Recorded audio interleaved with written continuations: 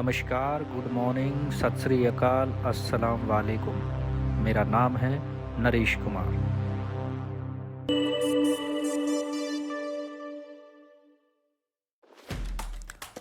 गुरुग्राम के बारे में हम सभी लोग अच्छे से जानते हैं, लेकिन क्या आप वाकिफ़ हैं गुरुग्राम से?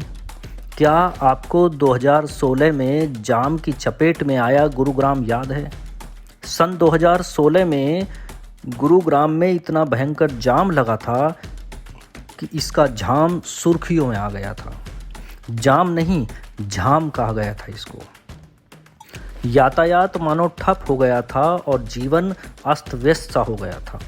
आलम ये था कि नाइट शिफ्ट में काम करने वाले अपने दफ्तर नहीं पहुंच सके थे और वे जाम के झाम का शिकार होकर रह गए थे।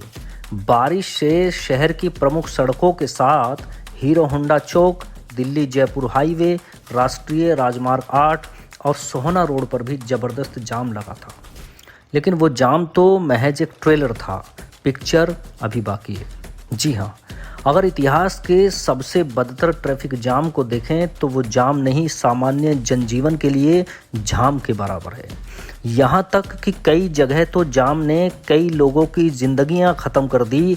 घर से दफ्तर के लिए निकले लोग अपने गंतव्य तक न पहुँच सके और अगर बीच में लौटने का फैसला किया तो वापस भी ना आ सके। आज हम जानेंगे ऐसे ही दुनिया के कुछ वाहियात जाम के बारे में और इतिहास के पन्नों में दफन एक सबसे लंबे समय तक चलने वाले जाम के बारे में। इंडोनेशिया में ब्रेब्स नाम की एक जगह है जहां 2016 में जाम लगा था। 12 मील लंबा, यानी कि 20 किलोमीटर की दूरी तक वाहन फंसे रहे। चौंकाने वाली बात यह है कि जाम 3 दिनों तक लगा रहा और दावा किया गया कि जाम में फंसे रहने के दौरान आए हार्ट अटैक से 12 लोगों की जानें चली गई। जाम का कारण था ईद की छुट्टियों से लौटने वाले हजारों लोग जो ब्रेब्स में मुख्य हाईवे पर फंस गए थे। ब्राज़ील का साओ पाउलो भयंकर जाम लगने के लिए बदनाम है। यहाँ 2013 में वीकेंड से पहले सबसे लंबा जाम लगा था जो 192 मील यानी 309 किलोमीटर लंबा था। साल 1969 अगस्त की बात है। न्यूयॉर्क में बीथल नाम की जगह है, वहाँ अमेरिकी किसान मैक्स यासगर का फार्म था। यहीं वुडस्टॉक फेस्टिवल होना था। उम्मीद जताई गई थी कि 50,000 लोग आएंगे, मगर 5 लाख लोग वहाँ पहुँचे। अधिक भीड़ होने से न्यूयॉर्क में 3 दिनों तक जाम रहा। बताया जाता है कि तब 20 मील यानी 32 किलोमीटर तक जाम लग गया था। कार्यक्रम में आमंत्रित कलाकारों को हेलीकॉप्टर से वेन्यू तक पहुंचाया गया था। चीन के बीजिंग तिब्बत एक्सप्रेस पर अगस्त 2010 में 62 मील यानी 100 किलोमीटर लंबा जाम लगा था, जिसने 12 दिनों तक के लिए लोगों का जीना मुहाल कर दिया था। अप्रैल 1990 में बर्लिन की दीवार गिरने वाले कांड के बाद तमाम जर्मनी के लोगों ने दोस्तों और रिश्तेदारों के साथ दूसरी तरफ एकजुट होना चाहा। नतीजा ये हुआ कि एक समय पर सड़कों पर तकरीबन 18 मिलियन गाड़ियां आ गई थी, जबकि वहां क्षमता 5 लाख गाड़ियों के लिए ही थी। जाम 30 मील यानी 48 किलोमीटर लंबा लगा था। 2015 में बीजिंग हाईवे पर एक ट्रैफिक जाम हुआ जिसने 50 लाइन के हाईवे को भी पूरी तरह से बंद कर दिया था। 1980 में फ्रेंच ऑटो रूट हाईवे पर ट्रैफिक जाम इतना ज़्यादा था कि 175 किलोमीटर तक गाड़ियां फंसी रही। पेरिस से लेकर लियों तक ट्रैफिक जाम को क्लियर करने में कई दिन लग गए थे।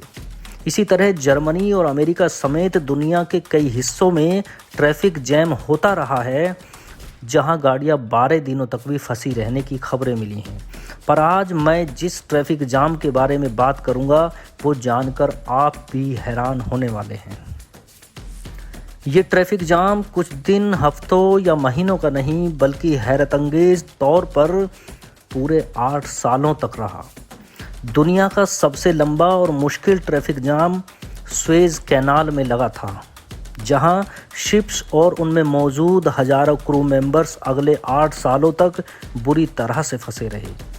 हाईवेज पर ट्रैफिक खुलवाने के लिए ज़्यादा से ज़्यादा कई दिन लग सकते हैं, लेकिन सुएज़ कैनाल में होने वाले जाम को खुलवाना किसी के बस की बात नहीं थी। आइए हम सबसे लंबे अरसे तक चलने वाले ट्रैफिक जाम की इंटरेस्टिंग स्टोरी जानते हैं।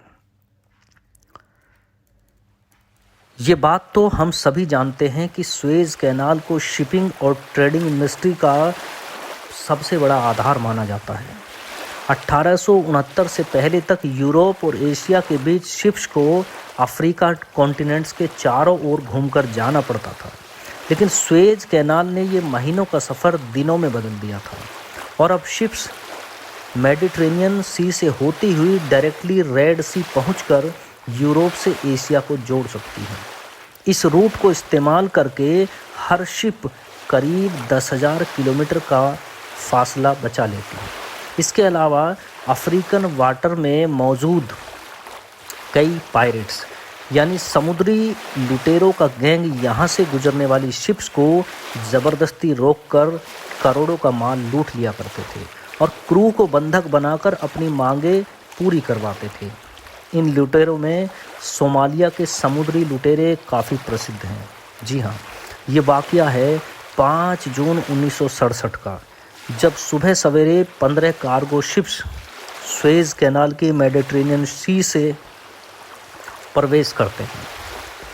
नॉर्मली शिप्स को ये कैनाल को पार करने में 12 घंटे लगते हैं, लेकिन इन 15 शिप्स का ये सफ़र घंटों के बजाय सालों तक लंबा होने वाला था, जिसकी भनक इनको बिल्कुल भी नहीं थी।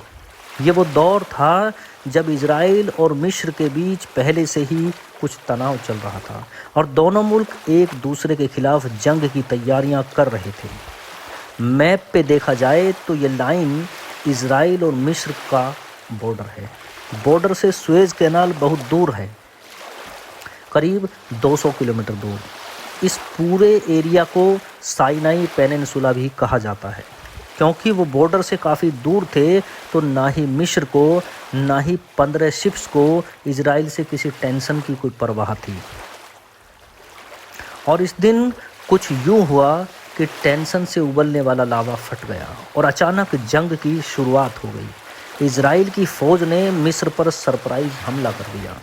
सिर्फ 1 घंटे के अंदर ही हालात इतने ख़राब हो गए कि मिस्र की फ़ौजों ने सुएज़ कैनाल को दोनों तरफ से बंद कर दिया। अगले 6 दिनों तक खूब झड़पें चलती रही और इजराइल की फ़ौजें पूरे साइनाई पेनिनसुला पर कब्जा जमाने में कामयाब हो गई। अब इजराइल और मिस्र का नया बॉर्डर बन चुका था और सुएज़ कैनाल ही था जो इन दोनों देशों को एक दूसरे से अलग किए हुए था। ये मिस्र के लिए एक बहुत बुरी हार थी। मिस्र ने सुएज़ कैनाल के दोनों ओर बड़ी बड़ी कश्तियाँ खड़ी कर दी, अपने ब्रिज खुद ही तबाह कर दिए और कैनाल में जगह जगह माइंस इंस्टॉल कर दी। ऐसा करने की एक ही वजह थी कि कैनाल को इजराइल के साथ साथ कोई भी इस्तेमाल ना कर सके। इस दौरान वो 15 शिप्स ग्रेट बिटर लेक में ही फंसी रह गई। इनके पश्चिम में मिस्र की फ़ौज थी तो इनके पूर्व में इजराइल की फ़ौज थी। इन शिप्स के पास अपनी ही लोकेशन पर खड़े रहने के सिवा और कोई चारा नहीं था। इनके अलावा कई सौ और शिप्स भी थी जिनको मेडिटेरेनियन और रेड सी में ही रोक दिया गया था। सब इसी उम्मीद में ही खड़े थे कि शायद अब मामला सुलझ जाए, लेकिन मामला और गंभीर होता जा रहा था। दिन गुजरे, हफ्ते और महीने भी गुजर गए, लेकिन मिस्र और इजराइल के बीच कोई नरमी नहीं आई, जिसका नुकसान पूरी दुनिया उठा रही थी। शिपमेंट्स डिले हो गए और फ्रेट चार्जेस कई गुना तक बढ़ा दिया गया। जो शिप्स पहले सुएज़ को इस्तेमाल करके यूरोप से मिडल ईस्ट और एशिया जाया करती थी, उनको दोबारा से अफ्रीका महाद्वीप से घूम कर जाना पड़ रहा था। इस जंग से जहां पूरी दुनिया को नया चैलेंज फेस करना पड़ रहा था, वहीं ट्रैफिक जाम में फंसी शिप्स और उनमें मौजूद क्रू भी मुसीबत की गिरफ्त में आ चुके थे। इनमें British, German, Swedish, Polish, French, Bulgarian, Czechoslovakian और अमेरिकन शिप भी शामिल थी। कई महीनों के बाद जब उनको ये लगने लगा कि ये मसला इतनी जल्दी ख़त्म होने वाला नहीं है, तो शिपिंग कंपनीज़ ने ज़्यादातर क्रूज़ को वापस बुलवा लिया और शिप पर सिर्फ 10-10 क्रू को मेंटेनेंस के लिए छोड़ दिया गया। हर महीने इन 10 लोगों का क्रू भी चेंज करके नया ग्रुप भेजा जाता था। उन्होंने अपने आप को डिप्रेशन से निकालने के लिए कुछ एक्टिविटीज़ का इंतज़ाम किया। जर्मन शिप पर एक छोटा सा चर्च खोला गया जिस पर संडे को सभी क्रिश्चियन जमा होते थे और बुल्गारियन शिप पर हर रोज़ मूवी नाइट का बंदोबस्त किया जाता था। स्वीडिश शिप पर पूल पार्टी जो ब्रिटिश शिप पर फुटबॉल खेली जाती थी। यहाँ तक कि इन्होंने यहीं बिटर लेक के बीचों बीच ओलंपिक गेम्स भी करवाए थे, जिसे बिटर लेक ओलंपिक 1968 का नाम दिया गया था। एक के बाद एक साल गुजर रहे थे, लेकिन ये शिप एक ही जगह पर खड़ी रही। आखिरकार एक दिन ऐसा आया कि इन शिप पर मिट्टी की लेयर जम चुकी थी। क्योंकि ये न्यूट्रल शिप थी और इनका इस लड़ाई से कोई लेना देना नहीं था, इसलिए इनको खाना पीना पहुंचाने के लिए ना ही मिस्र को कोई एतराज़ था, ना ही इजराइल को एतराज़ था। 6 सालों के बाद 1973 में ये जंग एक बार फिर से तेज़ी में आ गई, लेकिन इस बार हमले की शुरुआत मिस्र की तरफ से की गई थी। मिस्र अपनी पूरी ताकत के साथ साइनाई पेनिनसुला में घुसा और इजराइल फ़ौजों को काफ़ी अंदर तक धकेल दिया। दोनों तरफ से भरपूर हमले किए गए, लेकिन इस बार एक इजरायली रॉकेट ने ना चाहते हुए भी अमेरिकन शिप को निशाना बना दिया और वो तबाह होकर डूब गया। आखिरकार अक्टूबर 1973 में दोनों देशों के बीच सीज़ फायर एग्रीमेंट हुआ और दोनों मुल्कों ने अपनी अपनी फ़ौजें वापस बुलवानी शुरू कर दी। 6 सालों तक चलने वाली जंग ख़त्म हो चुकी थी, लेकिन ट्रैफिक जाम में फंसी शिप के लिए अभी भी ये जंग जारी थी। इन 6 सालों में स्वेज कैनाल में बोट्स, शिप, बॉम्ब, रॉकेट, इन सब का मलबा बिखर चुका था। इसके अलावा यहाँ मिस्र ने माइंस भी इंस्टॉल कर रखी थी। स्वेज कैनाल को अच्छे से साफ़ करने में मिस्र को अगले 2 साल और लग गए। 5 जून 1975 वो दिन था जब स्वेज कैनाल को 8 सालों के लंबे अरसे के बाद खोला गया। इतने लंबे अरसे तक साथ रहने के बाद उन शिप्स का स्वेज कैनाल छोड़ने का वक्त अब आ चुका था। ये शिप्स जब अपने कंट्रीज में पहुंची तो इनका खूब धूमधाम से स्वागत किया गया। दूसरी तरफ मिस्र और इजराइल के संबंध अच्छे होते चले गए और इजराइल ने पूरा साइनाई पेनिनसुला मिस्र को वापस कर दिया। मिस्र वो पहला अरब देश था जिसने इजराइल को रिकॉग्नाइज़ किया था। उम्मीद है ये जानकारी आपको पसंद आई होगी। Thank you.